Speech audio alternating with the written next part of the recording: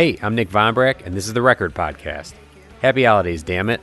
Hope you've all given yourselves a few minutes to digest all the crap you just ate, just in time to wash it down with all the booze God has ever made. Then, be hungover on New Year's Day and drag your asses in on Monday just to realize that you've got at least 5 months until the next day off of work. Yay! Good news, kiddos. It's our birthday. The podcast is officially 1 month old, and you've all given me an excellent gift. Over 1,000 listens. Seriously, that rules, and I am very grateful to you all for checking this out and spreading the word. Keep doing so, as I will have a giveaway this week from our guest. And seeing as I don't like just opening one present on my birthday, I've ordered a couple more to arrive soon. A Shure SM7B microphone and a Samson MDR624 mixer. In short, I'll be sounding significantly better very soon. Happy birthday, us. Now let's cut all the chit-chat and get right to the meat and potatoes. This week's interview is with my longtime friend Mustafa Daka, aka Moose, the drummer of High Priests, Post Child, and the Brokedowns, one of Chicago's best punk bands and a delightful bunch of gentlemen. In this episode, we talk about growing up Muslim Albanian, how Moose started playing music, all of the bands he's been in over the years, I'm talking like 10 bands, and more. I know I say that I go way back with most of my guests, but Moose and I go way back. Somewhere in the ballpark of 15 years. The first bands we were ever in played together at the Island Lake Village Hall, and we've continued crossing paths throughout the years, which I have just loved because he is a treasure as a drummer and a human being. So make sure to check out all the bands he's currently in, and the future bands he will undoubtedly join or create. Don't forget, win some free stuff by promoting the podcast. Share or post through Twitter, Facebook, make a sign, tattoo your ass, I don't care. Just tag the podcast or send me the proof so I see it. Moose is going to send the winner some merch goodies from one or more of his bands, so do your thing this week and get a fun mystery package. It'll be worth your time, trust me. I'll announce the winner on next week's episode, so get to it. Okay, time for the talkies now. Bye!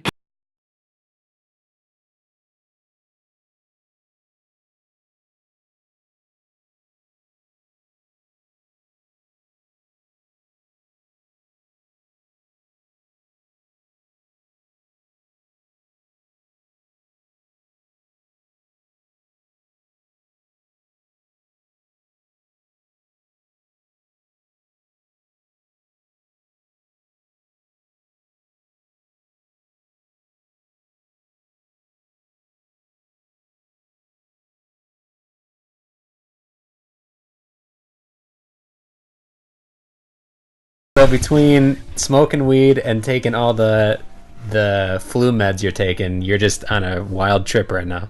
Yeah, like the funny thing about it is, like, I wanted to smoke a cigarette, but I'm like, I'm not going to smoke a cigarette. And then I'm like, yeah, but I'm still going to smoke weed. So I did that. I mean, you can do whatever you want here. I'm not going to hold you back from whatever you got to do. Yeah, no. You do you, man. Yeah. Yeah. Oh, I am doing me. Are you ever not doing you? That's my question. Never. Okay. Never. Always. You're always sticking to your guns. You're always doing you. Yeah. I don't even know if I know your actual name. I've only known you as Moose. Is your legit name Mustafa Daka? Yeah. Okay, when I saw, I don't know if you changed that on like social media a while ago, but I saw that start popping up and I'm like, oh, I don't know if this is like a bullshit thing or this is his legit name. No, it is, and it's funny because my middle name is Adam. So, yeah. So what is your background with the name Mustafa Daka? Albanian-Muslim. Oh, okay. Yeah. That's legit. So have you just always lived here? Have you always lived in Elgin, Carpentersville area? Always? Okay. Yeah. I was born here. Like first generation, me and my brother, my parents were like, I mean, they barely speak English. Oh, okay. So, how does that work, barely speaking English and being here? Well, my dad could speak like English a little bit better than my mom. Okay. But yeah, and it's funny because my mom actually learned how to speak Spanish, so she could speak Spanish and Albanian. And it's funny, like I went walking with her in the apartment complex that they live at. Yeah. And I was walking around and my mom saw like the maintenance guy that I guess she's become friends with, and she's like, hi amigo. This is my hijo. So you just have a melting pot in your house. You've got Spanish flying around, some English. Yeah. And the background Albanian-Muslim. Wow, okay. Hmm. That's exciting. That's in a much more exciting household than mine. That there's a lot of flavors going on there. Oh yeah, man, it's cool. Yeah. And you said you got one brother? I have one immediate brother, and then I got a half brother. Okay. Okay. My half brother's like, I think he's like 50 years old or something like that Oh, now. okay. Because my dad's 80, and Oh, wow. And he's still kicking around. Good. oh yeah, yeah. I mean, yeah, he's still spry, which is a problem. He's got like crazy dementia, so Oh, he's like mentally out to lunch all the time, but he's jeez. always in a good mood. So like, Well, that's good. At least um, he's always that because yeah, that can go the other way where because I think my oh grandma yeah, had dementia, but the other way where she was just not pleasant to be around. really, yeah. No, my like, and it's so weird because like that's usually what you hear. Like that's that's pretty common. But my dad is like very. I mean, the only time he gets mad is like sometimes he'll want to like leave like the Yeah, house, and he likes to, my dad's always just kind of wanted to be around people, so sure. sometimes he wants to do that. But he's gone missing. A couple of times they Oh had to call the no. cops, like, look for him and shit. Actually, man, it was like happening like almost once a week for like a while there. He's in this program now where they kind of take him like Monday through Friday, Yeah. for a few hours a day, and so I think he gets it out of his system that way. I think, Okay. but so that's like the only time we'd get mad is if we're like no, we you can't go, you can't go with somebody else, and like we got to do this or whatever. Right. But otherwise, he's always like really just like in a good mood and stuff like that. But he has issues because he like he thinks that um um like napkins from McDonald's and their sugar packets are like currency. So Oh he'll no. go he'll go order a coffee. Yeah, so it's all like harmless stuff. Yeah.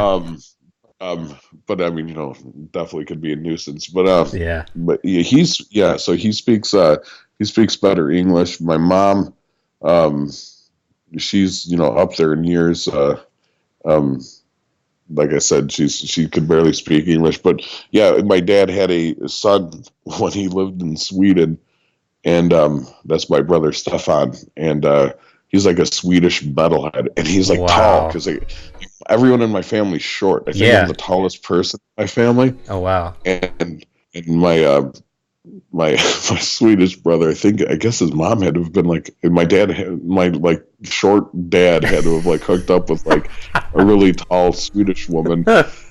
And so like it was weird when I first like met my brother, Yeah. Stefan.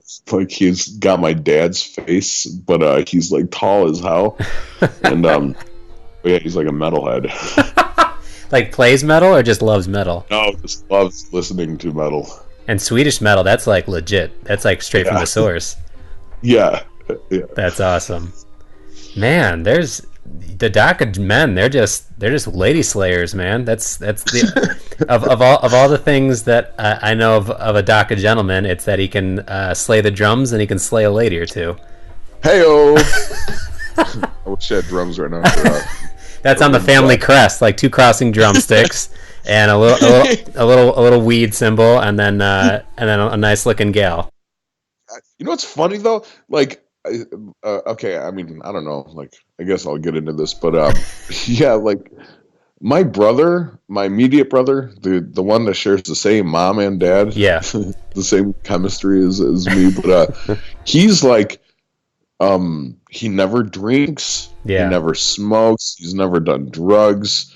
He's like so against that. I remember, like, in I think it was like '91. My brother got into Nirvana, and I got into U2's Octung Baby Oh wow. as a kid too. I mean, I'll be 33 next month, Yeah. and I was like a kid. But we ended up like I got like I started listening to my brother play Nirvana, and then I got into it. My brother got really into U2, and my brother's still like U2 is his favorite Wow. band. His second favorite band, I think, is like a tie between Coldplay and Duran Duran. Sure. But me, like, shit, man. Like I've been smoking. Like I smoked cigarettes as like a rebellious little kid, and Yeah. and I drank my dad's booze and stuff like that. So I was like 10, pretty much, and yeah, like, I mean, I love weed for, many reasons and stuff like that. My Let's start the list. What's number one? It would be weed. You can't hear that. Oh my goodness. But yeah, so my brother doesn't really like hanging out with people. Okay. So we're like polar opposites when it comes to that stuff. And what's his name? Ibrahim. Ibrahim. We call him Abe. Okay, but that's how it's pronounced, Ibrahim. Yeah, Ibrahim, which is hilarious. Okay, so my name's Mustafa. My brother's name is Ibrahim. There's a song from Queen called Mustafa, and like, I remember my good buddy Tim Knight was like, "Hey, have you heard the song Mustafa from Queen?" And I'm like, "No, I didn't even know it existed." He's like, "Yeah, I don't." He's like, "I don't think I heard it." He goes, "I just see it like on the back of this record. Let's listen to it." So he put it on, and like it starts off with like Freddie Mercury kind of like chanting in like a very Islamic way. Yeah, he starts saying my brother's name. He's like Ibrahim, like over like and over again. Wow. And then it's like Mustafa, Mustafa, Mustafa, Ibrahim. It's crazy. It's like I like barely know any other Mustafas. I think I know like one other Mustafa, like in real life, and I never hear Ibrahim.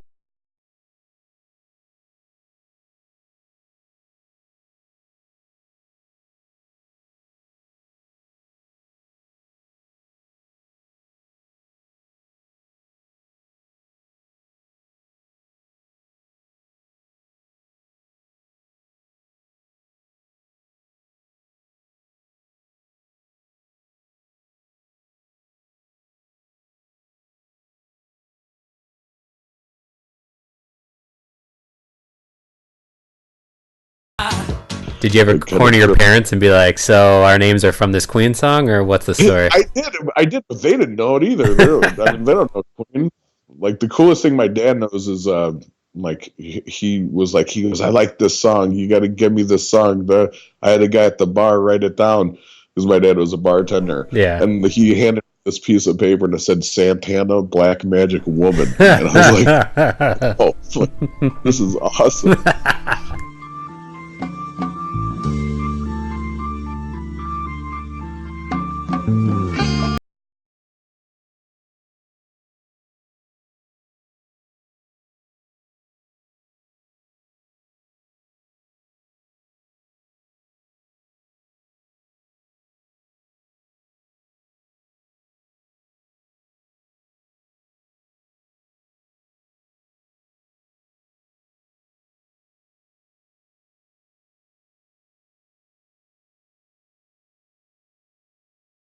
Did your parents or brothers, anyone play instruments, or were you the one, the sole musician?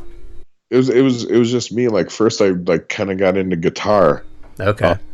For like a year before I like realized, I kind of want to play drums. Do you remember any of the songs you learned on guitar? I didn't learn any, like I didn't even get past that phase of just like not even Smoke on the Water.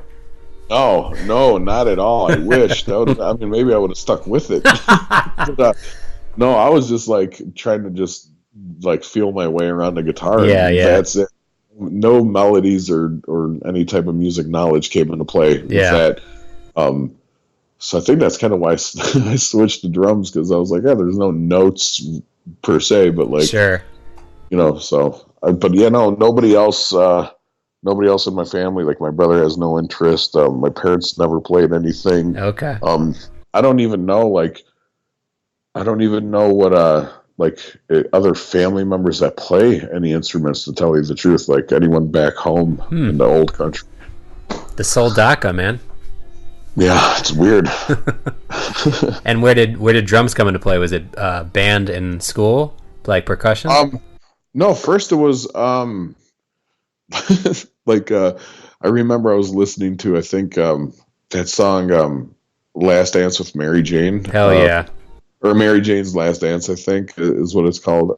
But yeah, like I remember just like kind of like paying attention, like, man, the drums are like really groovy on the song. So I was just trying to like dissect that pattern. Yeah. And and then I think that I started to like listen to like drums, and like I started to figure out that I could like dissect, yeah, like listen, know that that's the bass drum, that's the snare drum, Sure. that's not. And so I started doing that more, and then I was like, trying to like apply it to my limbs, and I started to do that. So I remember like the first time I played an actual drum set, I like knew my way around it That's without, awesome.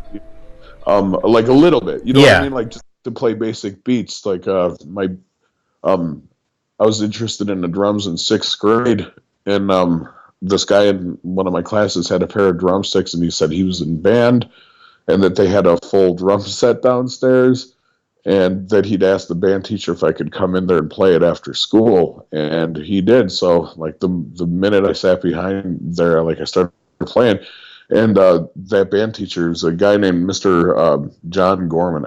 I got to throw a Mister in there. Yeah. Show But respect.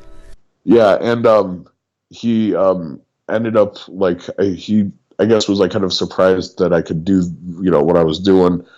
Um, without ever playing the drum kit. So then Right. he just got me, had them switch my schedule so I had to be in band.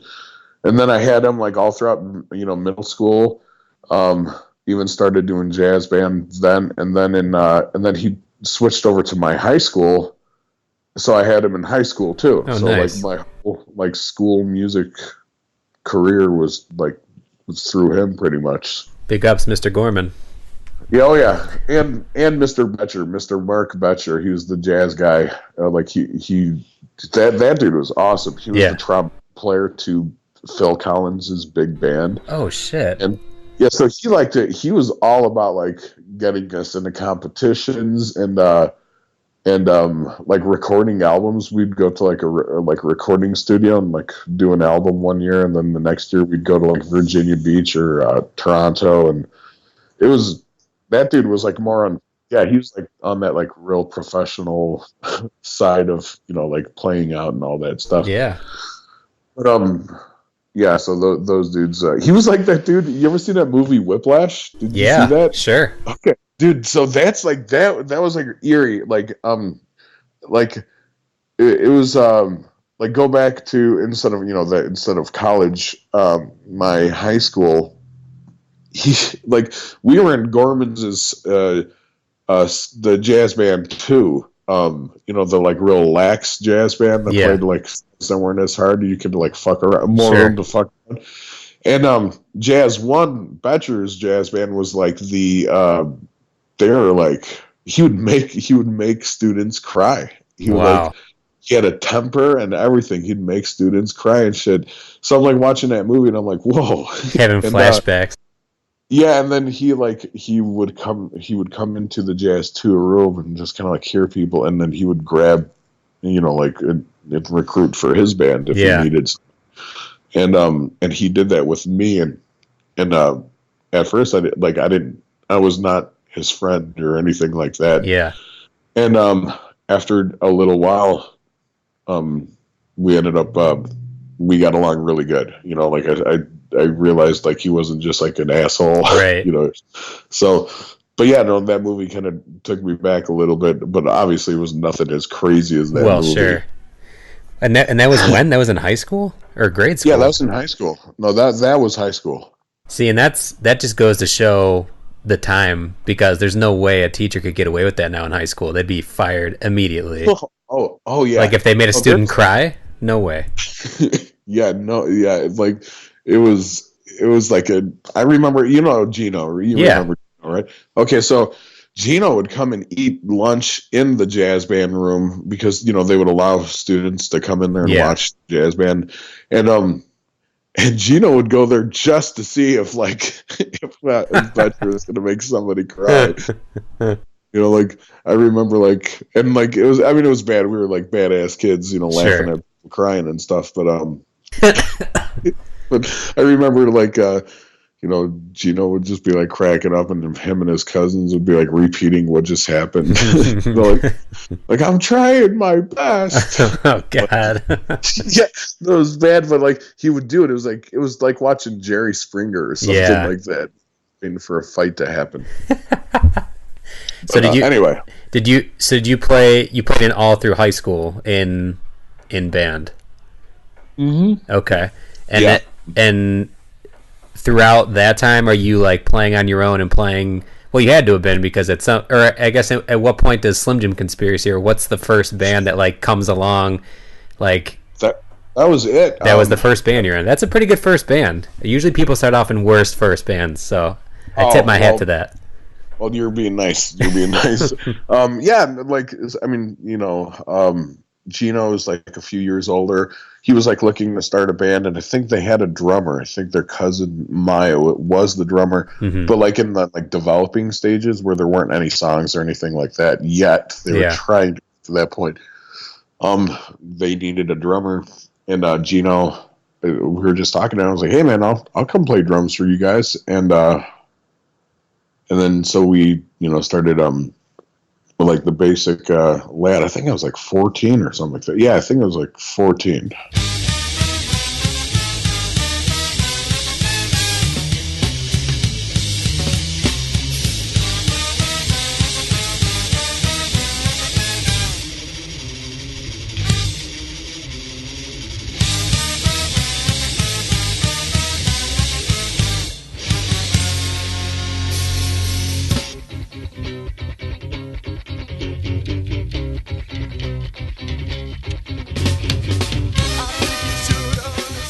So how long were you in that band for then? Was it like 8, 9 years, something like that? Damn, that's pretty legit. I don't even know if I was in Dr. Manhattan for that long. Yeah, there was and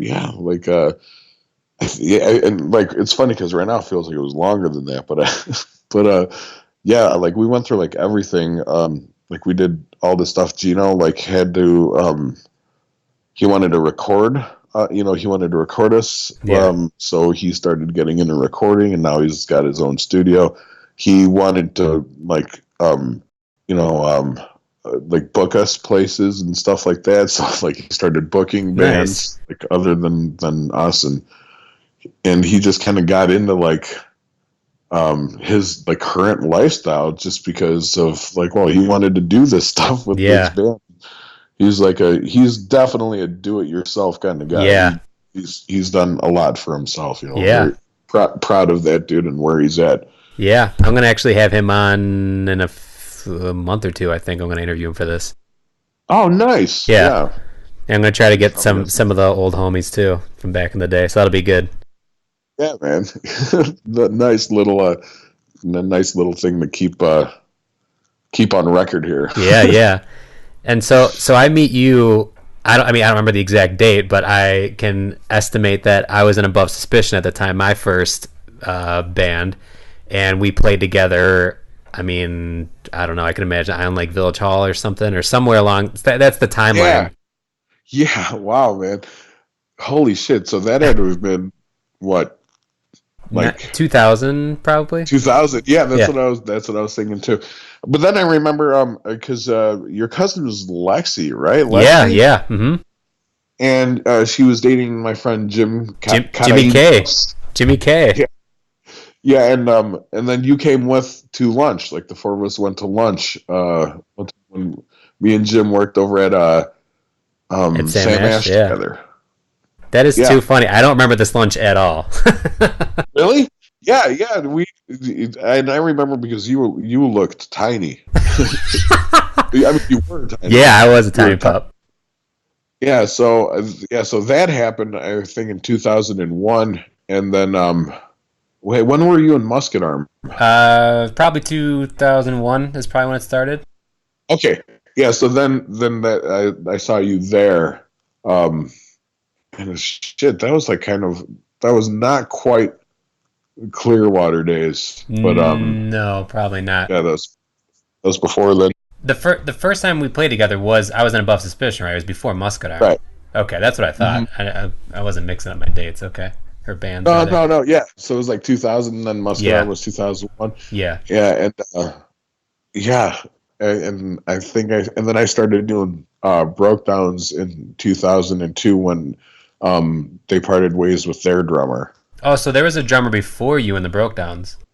Oh yeah, yeah. You don't know Oh. about Fleck Money? No, I don't know. I don't know the Brokedowns history. I mean, I basically travel through all your bands through you. I just assumed you were on the ground floor of every band you've been in. Oh no, not with the Brokedowns. Actually, Brokedowns used to play with Slim Jim like back in the day, and John Balin went to my high school, Okay. but everyone else was around, like Algonquin and Elgin area and Right. everything. And, but yeah, they had this drummer, this dude. He was like the whitest guy you'd ever seen. What is his name? You But said. his name's Jason Fleck, but everyone called him Fleck Money. Sure.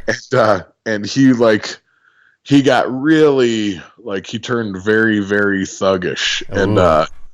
And so at that point, he was still in the band, and Yeah. everything was cool and stuff, but at a certain point he kind of turned towards that thug lifestyle Yeah. that took precedent over being in the band. So they had just recorded an album. They did a couple of small things before that, but they just recorded an album, and it actually kind of got slipped that they were considering they were considering asking me to play, but they didn't think I was going to. But somebody let it slip. Like, Okay. hey, so did they talk to you about you joining? And I was like, wait, what? Because I loved the Brokedowns. Yeah.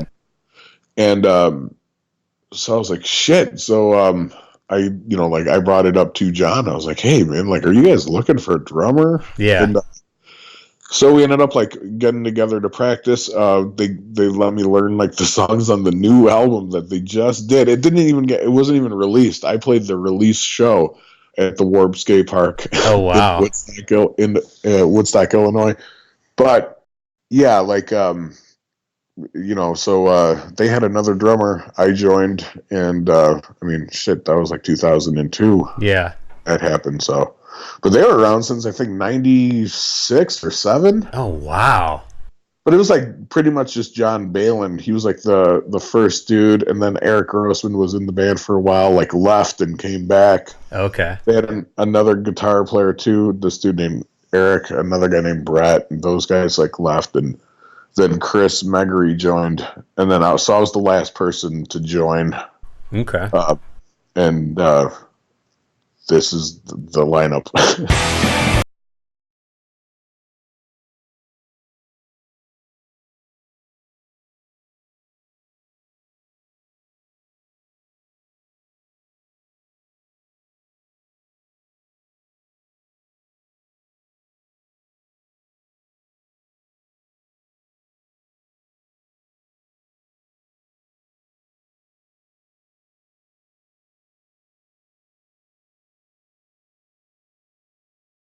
So that I mean, you're coming up on, or they're coming up on the Brokedowns being a band for almost 20 years.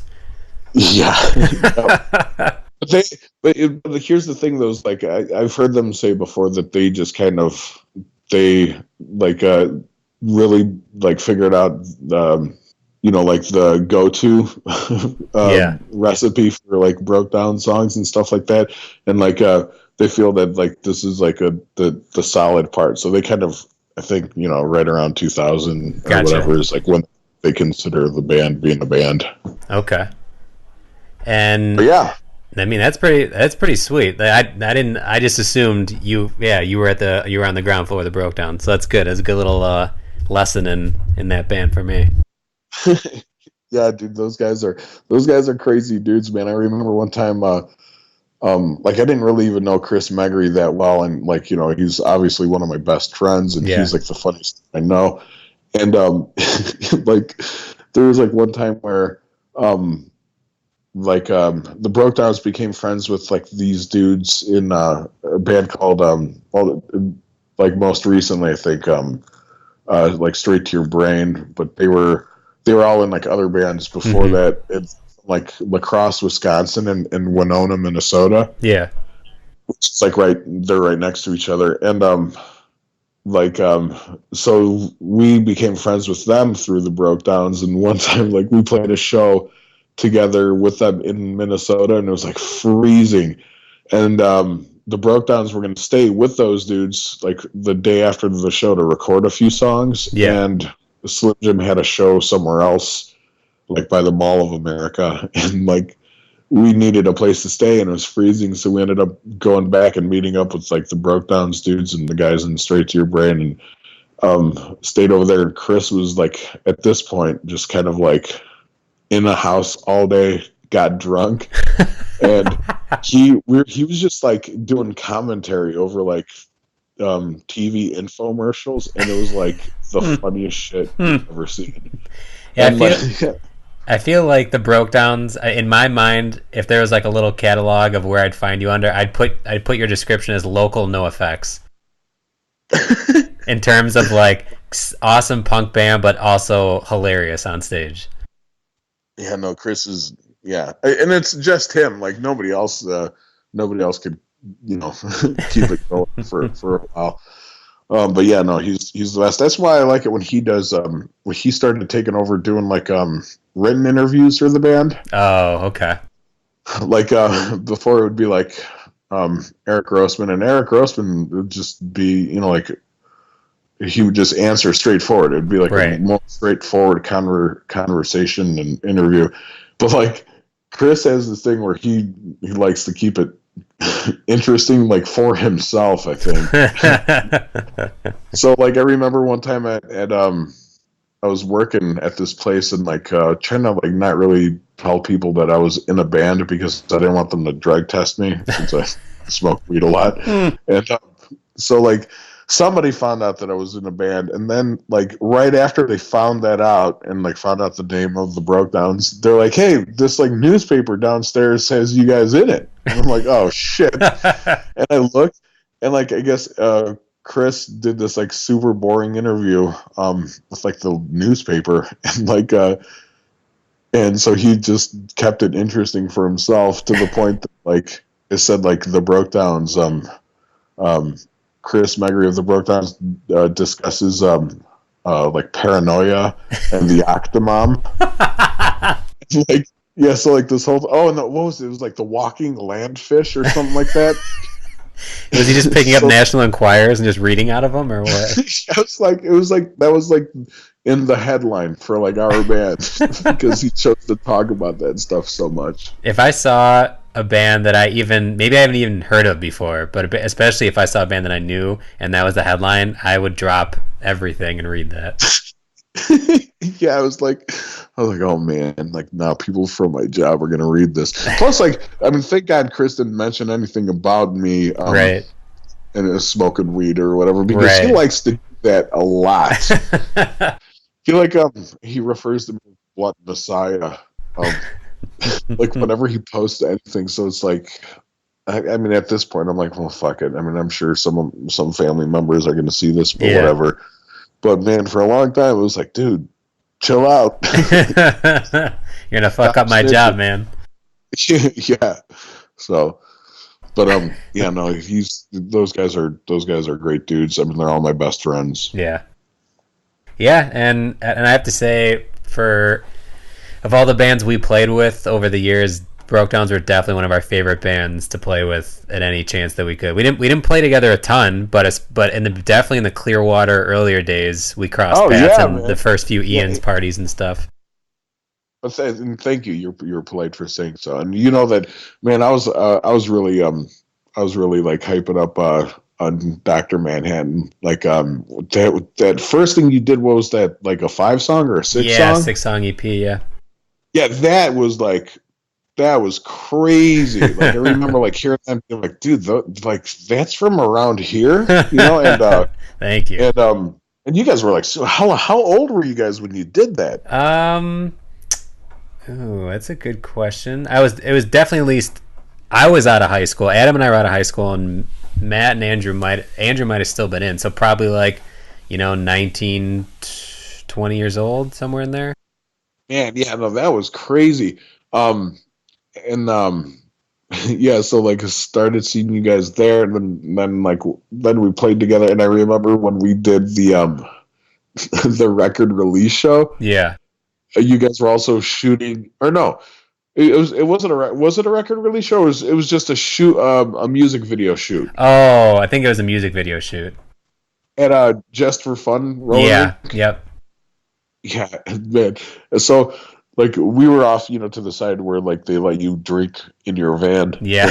And Where they let you drink in your van. Where you just went Yeah. and drank in your van. well, that one guy would be like, "Hey guys, come on, Oh, just okay. kinda- Yeah.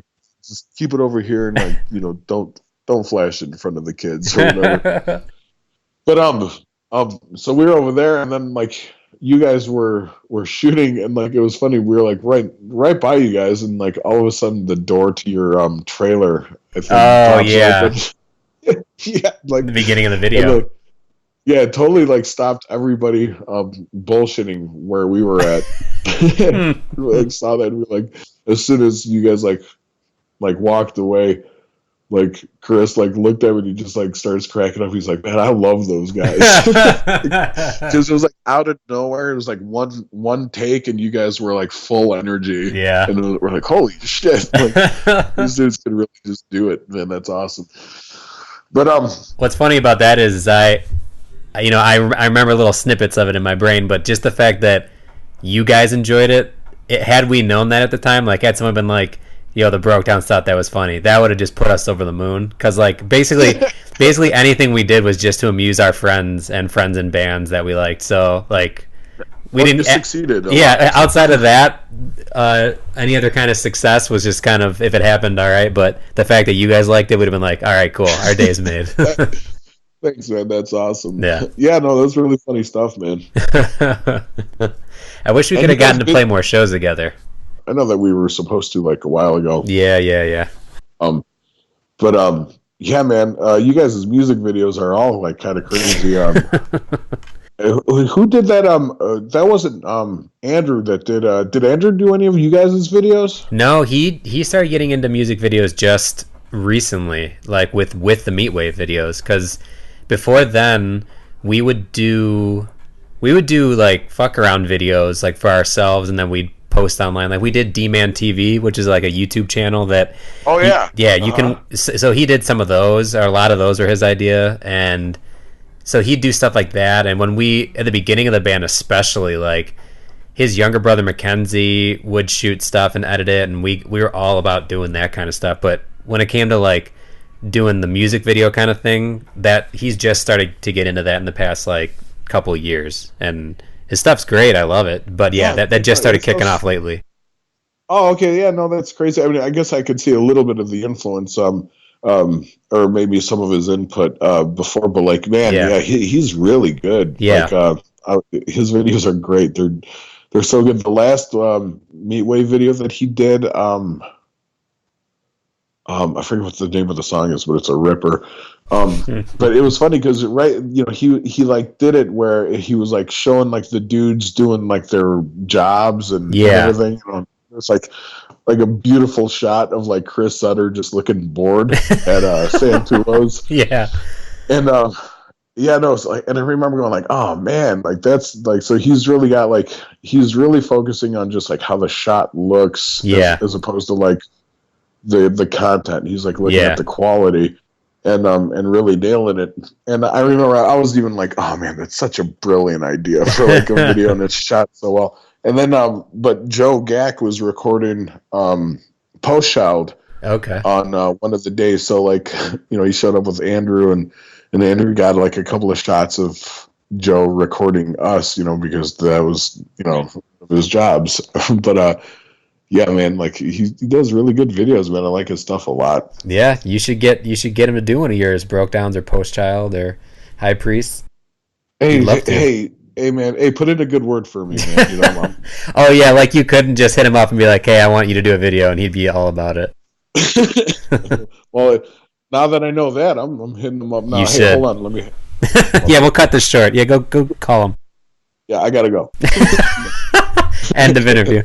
So that's actually a good segue. So the Brokedowns, you do you do Slim Jim, and then you roll from Slim Jim into the Brokedowns, or is there anything in between there?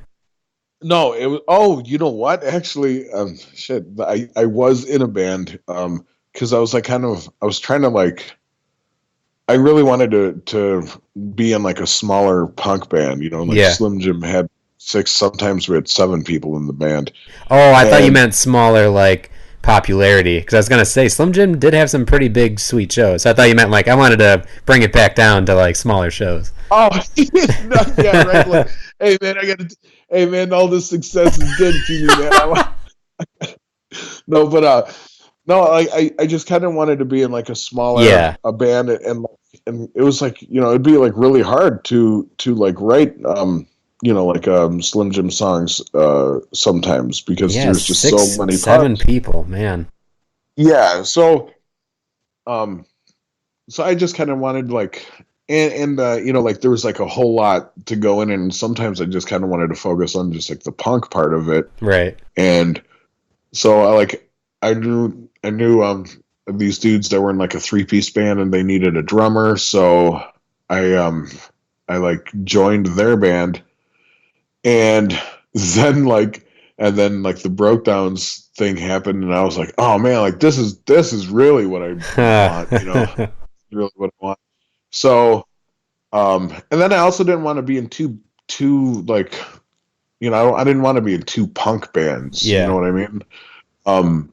So I ended up just like focusing on the Brokedowns, and then I did that for a long time, and then I think in like 2006 or 7, we the Brokedowns had like a bunch of songs that we had written that we didn't use for Brokedowns, and wrote a couple more with Todd Pott from Apocalypse Hoboken, and so we started Vice Lords. Yeah, I forgot about Vice Lords. Remember, you played drums with me. Yeah, like you had your you like set your drums up behind me, but with your back to my back. Yep, I remember. And you played along the songs you didn't know. And it came out great, and I think you did that like once or twice with us, but yeah, like so we did that band for a while, and then that band just dissolved, and you know, because we were like I remember Chris, you know, like, so it was pretty much the Brokedowns with another singer now. Right. He was like saying like he can't justify taking time away from his wife and family. Right.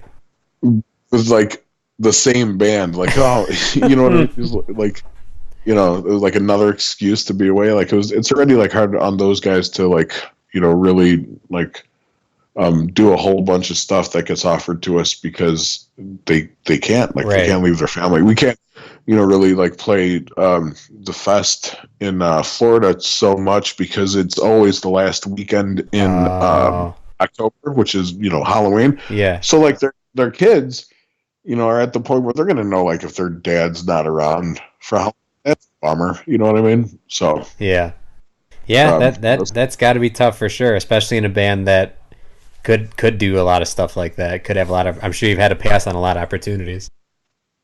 Yeah, I mean, obviously no regrets, but I mean, goddamn, some of those, some things like I wouldn't even know about, and I'd find out later, like, oh yeah, we asked you guys this, but I guess you guys couldn't do it. I'm like, shit. Yeah, that's what I was going to ask next. Are there any? You said no regrets and no ill will towards the members that kind of made it happen. But is there a tour that, you know, or like is always in the back of your head that you could have done that you weren't able to?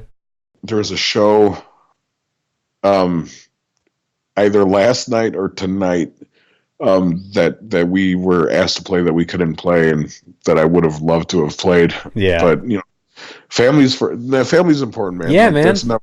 No one's ever going to be, you know, mad. Like, you know, sometimes it'd be like if there was like a really silly excuse, you know, that would suck. But if it's family, that's automatically like, all right, that's understood. Yeah, for sure. Yeah. Oh, is this the one going to wind up now? Hold on. Is it? I don't know. She's making little noises. I'm seeing. How is she? She's good. She's just chilling in her swing, just kind of looking around. How old is she now? She's 3 months. 3 months, man. Holy cow. Yeah. The job that I work, I'm a basically like a videographer, video editor, and they've let me change my hours from 5 8-hour shifts to 4 10s, and Fridays I hang with her. And Oh, nice. yeah, it's really cool. And so today's one of the days that I hang with her. And so she was just, and when I originally was like, yeah, let's, or when you said, you messaged me and you're like, yeah, I've been sleeping, and I was like, oh, we can do it right now. She had just fallen asleep, so I was like, all right, let's do this shit. And then the second I put her down, she was just snapped right up. I'm like, all right, here we go. Now we're just gonna put her in the swing and see how this goes. Well, she could be in there too if she's got any input. She may in a minute. Don't test her. All right, so cool. So the Brokedowns, you do the Vice Lords for a little while. That has its run, and then at what point does Post Child or High Priests, like, how does that all come into play? Okay, so okay, Brokedowns is like my only thing, for a while, and everybody's in the band is like married and or has kids. Sure. You know what I mean? And so I just got like laid off, and bummer. oh no, I didn't. I got fired. Got fired from a job. This is wrong with time. I have been laid off before, but anyway, so I got fired, and then I was collecting unemployment, and I really just wanted to. I'm like, well, shit. Now I got all these extra hours. Yeah. I kind of want to play music a lot more, and then I realized like it was hard for me to like practice drums where I was living at in Elgin with my roommates and stuff, right? Because I just constantly felt like I was bothering them if I was like playing drums on things like loud as hell. And then like a lot of my friends were already living in Chicago, and they were sometimes they needed a fill-in drummer. Sure. And I did it like one time. My buddy Justin, who I'm in Post Child and High Priest with, he was in a band called Wide Angles, and they needed a fill-in drummer for a tour. And me and Justin had been hanging out a lot, even though he moved to Chicago. So because of him, he was like, yes, we should get Moose to do it. So I did that, and then I found out that like if I lived in Chicago, I could have been doing more of that with other bands and stuff like that. So at a certain point, I was just like, okay, you know what? Like, I need to go to Chicago. Before I end up getting married and having kids and stuff, that was like the time to go get this out of my system or to give it a shot or whatever. So I did that, and immediately Justin was like, all right, like, we're going to start a band together. And so we did that, High Priest with our buddy Mikey.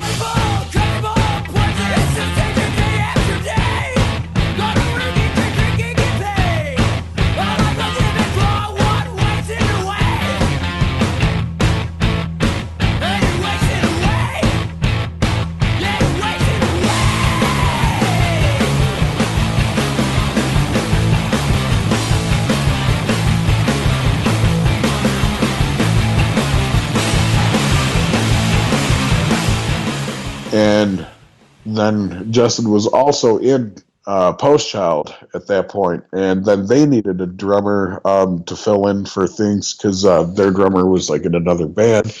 And then I think he was like also in the process of getting married. Oh wow! So then I ended up becoming their drummer full time.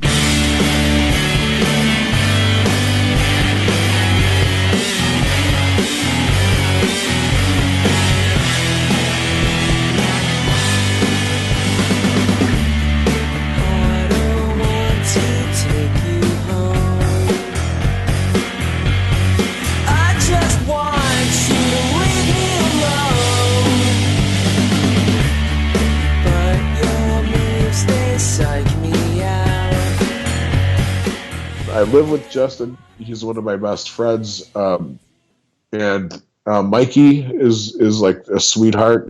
He's like somebody that I dear to me. But and like the dudes in And Post Child, like they're, I've known Jared Olson for a long time, and like him a lot. I've always wanted to play music with him, so like we're doing that now. That's really cool.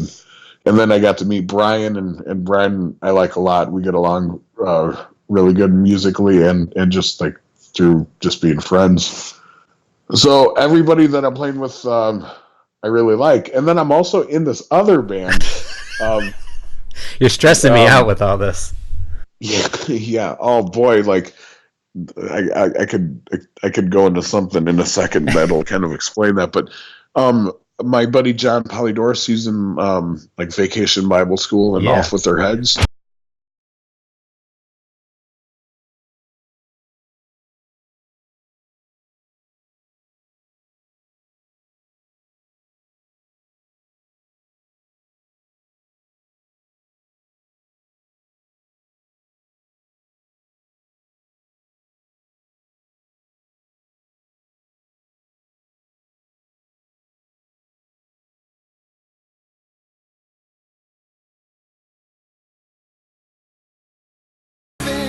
So we wanted to be in a band together again. We like loved being in a band together, and so me, him, and Mikey, because Mikey and John were also in the House at Gloria Vanderbilt. Yeah, I remember them too. Together. So they wanted to be in a band together again, and then he wanted to be in a band with Jonathan Poole. And so, like, all these guys are sweethearts. So we ended up starting a band. We haven't recorded anything yet. It's, pretty much just whenever Off With Their Heads aren't on tour. Yeah. And we've gone through like 3 or 4 names right now. What's the current name? I think it's Sick Burn. But it was like, before that it was like Rabbits. And then before that it was Arsenal of Wives. So.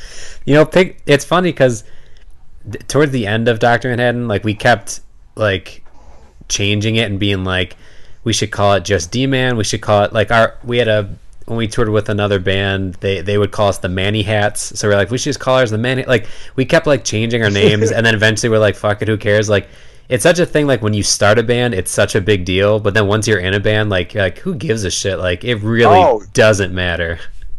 Oh no, you're so right, because I remember like before I was in a band, I wanted to like, I had like a notebook where I was just trying to write like cool, like man, I got to come up with a perfect band name. It's such a big deal when you're not in a band or when you're first in a band.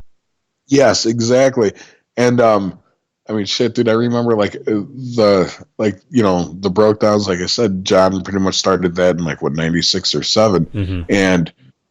And like that name was like really cool to him then, like, and it got to like one of those points where it's like, oh, I can't really change the name now just because we've had it for a long time.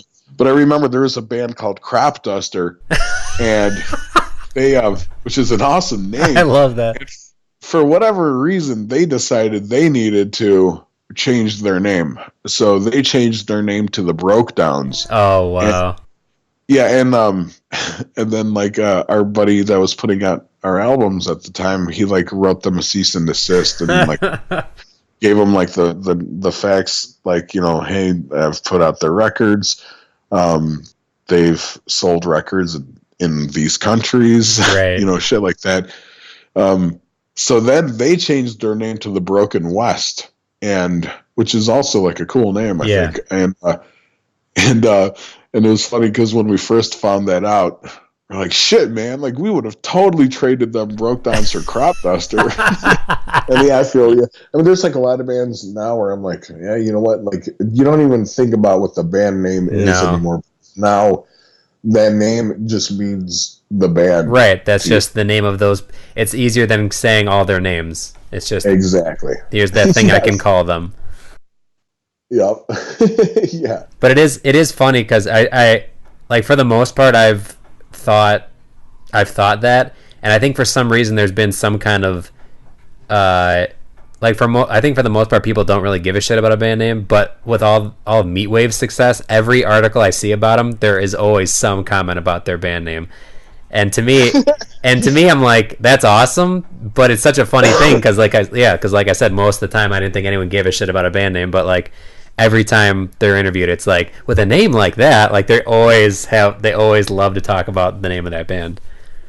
Yeah, it's funny because right now, whenever I think Meatwave, I just think about those dudes, Right. just like you said, and like that's and like so like the respect and like the high regard I have for them is like what I apply to the name now. Whenever I hear that, but I remember like when I was living in Elgin, if we were gonna have like a Halloween show, it was also supposed to be like Elephant Guns record release for Kid Scissors. Okay. And so we're like, you know what? We're going to have a Halloween party. We're going to have Elephant Gun and the Brokedowns play, since like, Paul lived with me, and yeah. So we're like, our two bands were going to play. And then Ryan was like, hey, could my new band play tonight too? Like we got a short set. It'll be our first show. Yeah. And I was like, you're in another band? And like, what? So what's the? I was like, what's the band called?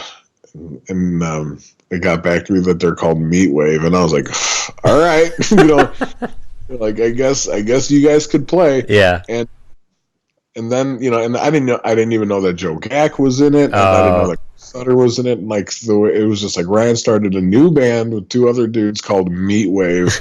They never played a show before, and I was like, all right. So they get there, and like I said, like I saw Chris show up, I saw Joe Gack show up. Everyone was in costumes. I didn't know they were playing. Right.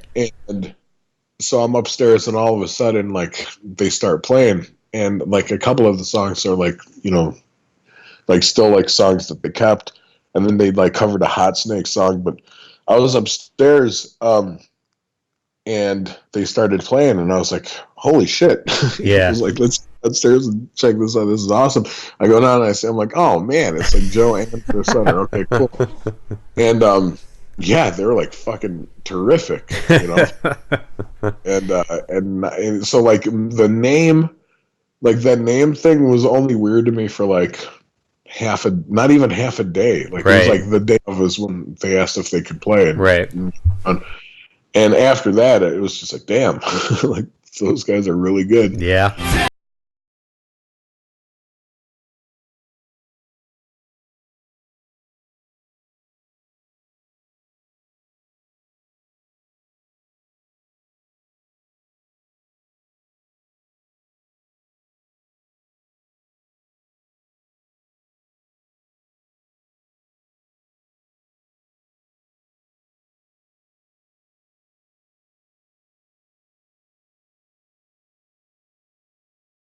You and Ryan could go toe to toe for drummers who play in the most bands. Dude, yeah, I mean, and we were like we were both living in Crystal Lake together at one point. Oh, that's not too funny. Together, but like at the same time. Yeah. And you kind of have to go to Chicago if you want to do that. Yeah. He's engaged now. Oh, that's right. Yeah. Mm-hmm. Because I was thinking, if you're not married and you don't have kids, and you want to play music a lot, like you can't really do that in the suburbs. No, you can't. I mean, it'd be a stretch. It'd be like it'd be hard. It would like probably eat up a lot of time, just for like transportation and all that stuff. But so in the city, it's just kind of right there for you. But yeah, then I just remembered he's engaged. Yeah, that boy's grown up. It's true. Yeah, no, and Ryan smokes, man. He's such a good drummer. Yeah, that dude is phenomenal. Yeah, I've there's been some times where I've popped on a Meatwave song and I've tried to play along with it, and I'm like, all right. Like there's just some parts I'm just like not even trying. Like, yeah, he's a machine, that guy. I filled in for Truman a couple times, and even just one of the times doing Truman songs all back to back to back. By the end of it, I was just smoked. Yeah, dude. You know what, man? That dude doesn't like to write regular drum parts, man. Fuck him. I think he does that. He's just keeping his job security. He's like, no one's coming into this fucking house and taking it from me. Yeah. And also, like, he might just have like crazy ADD or That's something true. like that, where he's got to keep it interesting for himself. That's true. Like, And I think every drummer's got a bit of that to some extent. Like when I listen to certain Dr. Manhattan things, I'm like, oh yeah, that's just me like not wanting to get bored in this song. Like I keep fucking around with it in the middle of the song because I'm just don't want to be bored. But it's you can tell it. Yeah, it's a different thing when you play your own song and it's just muscle memory. When you do it to somebody else's, you're like, quit fucking around. Like I'm trying to learn this part, and then you screw it up with this thing. yeah, dude, I hear you, man.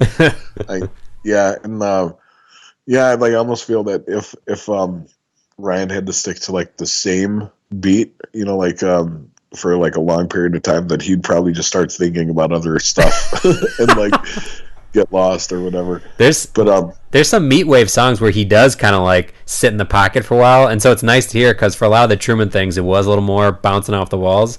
So when there's a Meatwave song where he is just kind of locked in, it's cool to hear because then when he breaks out of that and does some crazy shit, it like stands out even more. You want to know what's funny? One time is and you're right about that, but where they practice at, they practice in the same practice studio that like all of my bands practice in. Oh, okay. Like, down the hall, like a ways. But anyway, they're in like these two rooms that are connected. Oh yeah, I've been there. That's where I think I rehearsed with Truman with them in that room.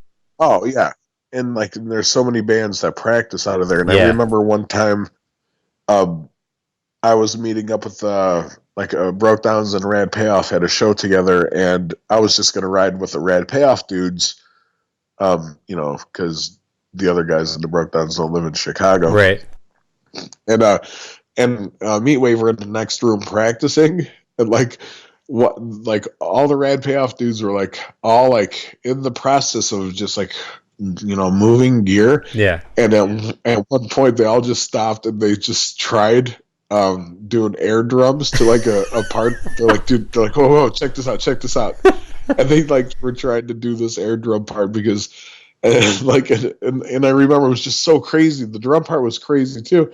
And like as soon as it was over, they're all just like, "What? Like, how does he do that?" Yeah, they're just used to hearing him.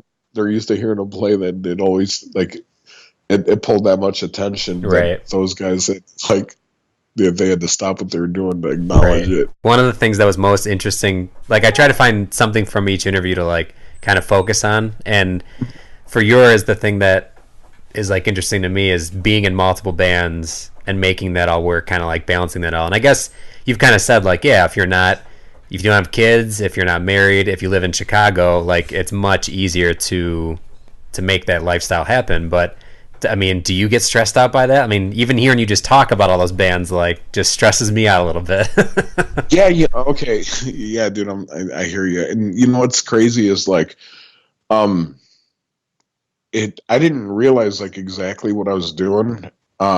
But like after I had moved out of Elgin and came to Chicago, like my roommate and good buddy Tim Knight, you remember Tim from Slim Jim?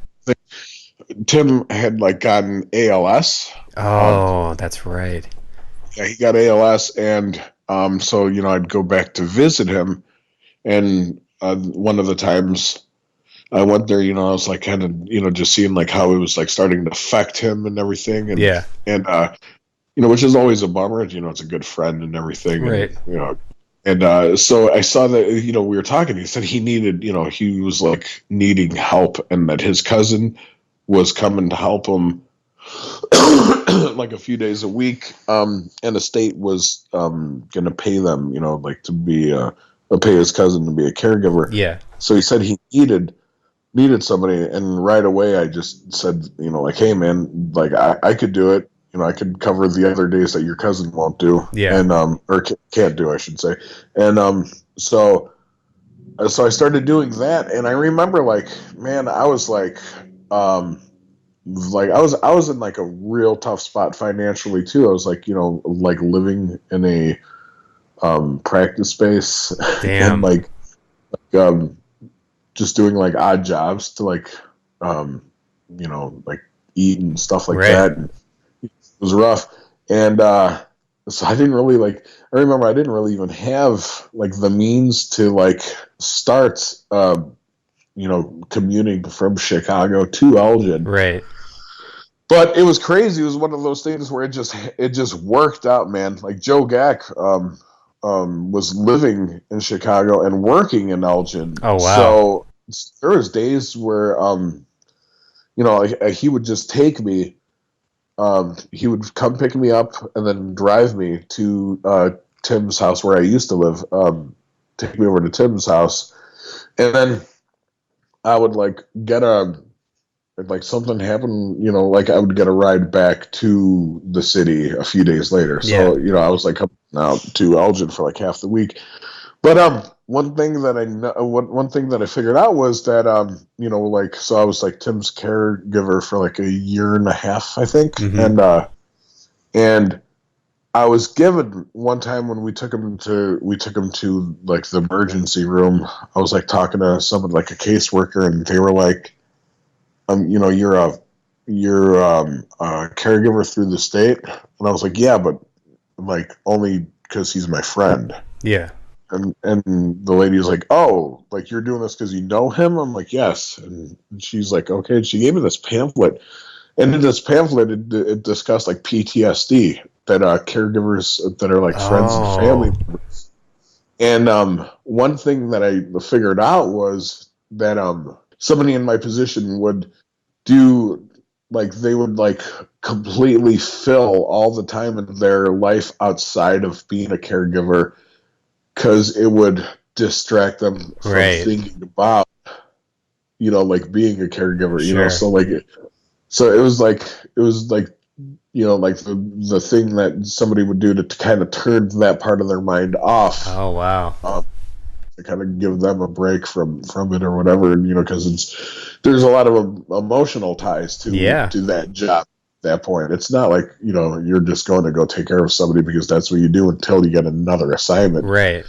I was doing this for like one of my best friends. Right. So and I remember like because I had heard somebody talk about PTSD, and I just kind of associated that with like soldiers, coming back from war. Right. So I didn't think that that's what it was, and I remember like thinking like I don't want to say that. Like I don't want to like I'm not looking for any type of attention for helping out my friend. You know what I mean? Right. So that was what I just kind of like would put that off. But then when I read that, I was like, shit. Like I guess that kind of makes sense. And and I remember like at my buddy Dan's wedding, he was just like, okay, so you're also in High Priest, but you're in another band? And then I told him, I was like, I'm actually in another few bands. And so when I told him that, he was like, dude, how do you not just freak the fuck out? And I was like, you know what? Because I think I'd welcome, like, if I had to freak out, I would way rather freak out about music shit than I would about, like the caregiving, things that I was doing. So then it made sense then. So then I was like, okay, all right. But I mean, I'm like still doing it. And I mean, to tell you the truth, obviously, unfortunately, Tim ended up passing away, and I stopped, going out to Elgin. So I had to like live here in the city full time. And so the distraction is still very much there, and like I still need it, I think. And, but it's good. I mean, like I'm doing that and not like, I'm doing stuff with good people. You know what I mean? Yeah, that could definitely turn into bad habits. Yeah, definitely. And like these guys are like, they're like all the best dudes. They're like super supportive. They always have been. Yeah. So, yeah, I mean, it's not bad, and like it's something that I'll just like keep doing because, I mean, like you said, Ryan, that's what he does with his life. And shit, they were just like he was gone for like 2 months almost. Yeah. Yeah, man, like that is crazy. to like, you know what I mean? You're gone away from your home and everything. Yeah. Because that's like one, like you have to live, instead of going to work for 8 hours, like you're going to work for 2 months. Yeah, it's funny. It's funny now because like if me and any of the guys get together, or if even I just think about it on my own, I'm like, I can't even wrap my head around going out to tour now. Like when we put out our last EP, Bolo Yodo, all we did was like a weekend tour and like just some shows. And even the thought of like, let's go out for a couple weeks, like there's so many more hurdles now with jobs and, you know, significant others and just lives, that like thinking about when we'd go on tour for a month or 6 weeks or something, I was like, what? How did we like, I feel like I have my shit more together now, and that's probably what it has to do with like, I didn't think about it as much. We didn't think about it as much. That was our life, and it was like, yeah, we're just gonna go on tour now for 4 weeks. But to think about it now, I'd be so stressed out about it. Oh yeah, yeah, dude. I hear you there. I mean, especially with the family ties. I mean, sure. Like your daughter's 3 months old. Yeah, you know what I mean. Like if you were gone for 2 months, that's already most of her like past life. You know what I mean? That's a whole lifetime again for her. Yeah. Yeah, man, you know, and obviously, I mean, like, I'm sure, like, bum you out. Oh, like absolutely. Yeah, when I think of, like, big bands or any kinds of bands who are like, yeah, like, this is, like, a year-long tour, and they have kids, or even if they bring the family with, but still, like, people away for that long, that's just to think about that, I mean, that's, I've actually talked about, I want to interview, either for I think for one big episode, I want to interview, like my wife and Andrew's wife and some other like significant others, and just talk about being that person, like the person who waits at home, and like, oh yeah, that's a tough hustle, man. Like if you're just going to work and you're not doing something, like, I mean, you can distract yourself and have your own fun, but like if you're going to work and you're stressed on that, and then you know your significant other's like out on the road having a blast, and then like, yeah, I mean, that shit's not easy to do. Oh yeah, yeah, dude. It's definitely overlooked sometimes. Like, yeah. You know, like people don't really think about that too much. But yeah, to be the person at home too, like, yeah, you know, almost, you know, like, and that's the funny thing too, is like the person at home is like, great, you know, like my partner, right, is like probably like fucking getting wasted every night, exactly, like, just like partying with a whole bunch of people, yep. and I'm like working and fucking eating, you know, like ramen and shit like that. Yeah, so that's another, like, a whole other level of like, if you're in a band that is big enough where like, yeah, I gotta go and tour, and you know that's gonna make us enough money, we're gonna do, like, I can come home and support us. If you're in a band that's like trying to build up to that, that's a whole other thing, because you're going out to tour, but you're coming back with just as much money as you had, if not less. So it's like, it's even harder to justify, like, no, look, you're not going to see me for a few weeks and I won't have money. Like, what don't you get about this? Yeah, exactly. What are you getting mad about? Like, I'm going to be gone, you have nothing to show for it, I'm going to have fun a bunch, and you just chill here. Like, it's all good. Yeah. Yeah, no, that'll be good. That'll be good episode to do, man. So I think we've been almost talking for an hour-ish, and that's usually about the ballpark of the interviews. But just say it. Just tell me you want. It's over. It's over. What we have here, it's over. It was nice while we had it, and now it's over. No, I'm always interested to know, like, I mean, Brokedowns at this point, how many albums has the Brokedowns have you guys done? Let's see. Well, they did the one without me. Right. That's Let the Disappointment Begin. Yeah. Which is a great I love name that. That's for perfect. Me to join. Yeah. and let's see. Then there's These Colors Don't Run. New Brains. Yeah. Species Bender. Life is a Breeze. And then we recorded a bunch of songs. And I think, and Chris is eating a burrito right now, but is about to come pick me up, and then we're gonna go. He's gonna teach me 3 new songs. Nice. And so we might have to go record again, and that'll be the next album, I think. Awesome. And are you guys at this point like not stuck with? That's poor wording, but like, is Joe your guy? Like, that's who you record with, or are you looking to do a whole new setup this time with this album? Nah, man. unfortunately, we're stuck with Joe. I was so poorly worded, but now I'm just going to stick with it. You're stuck with Joe for the rest of your life. Yeah. No, obviously in a good way. In a good way. There was like, he'd done like a bunch of like, he did like the 6 songs thing we did, and a bunch of like splits and stuff, and then did Species Bender. Yeah. And then we were talking to another guy that like another producer that wanted to work with us, a good dude, and we were like going back and forth as far as like how much it would cost and how long we would be like, at his studio for, and we really wanted to work with him. He's like a really good dude and all that, a really nice guy. He was like a supporter of the band, but when we finally got down to like the bottom, like the lowest price we could get, we like thought like, man, if we're gonna pay that much money, like we should give that to Joe. Yeah. Because like what he's done. So we ended up just going with Joe anyway. Yeah. For the last album, and like it came out, like to us it doesn't feel like it could have come out any better. Right.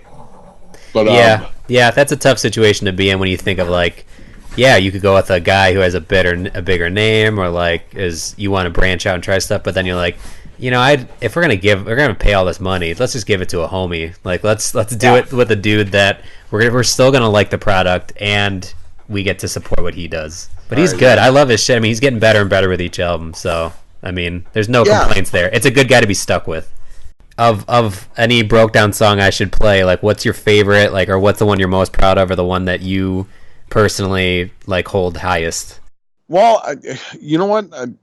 I don't know about like holding it the highest, but one song that I like on the last album a lot is a song. It's the last song. I think it's called "A Child's Guide to Black Metal." Yeah.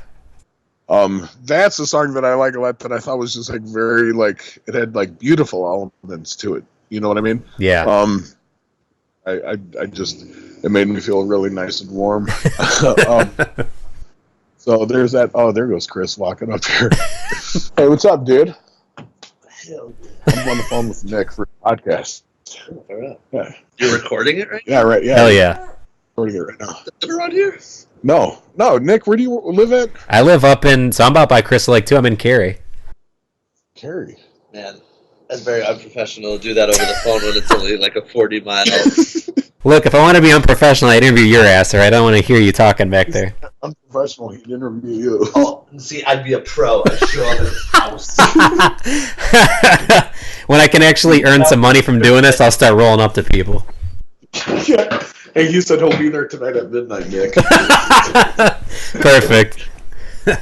Well, cool, man. Thank you for the last hour and change. Appreciate it. All right, cool, man. All right, buddy. Thanks again. Tell Chris I said hey. Yeah, no problem. Thank you, and I will. All right, buddy. Take it easy.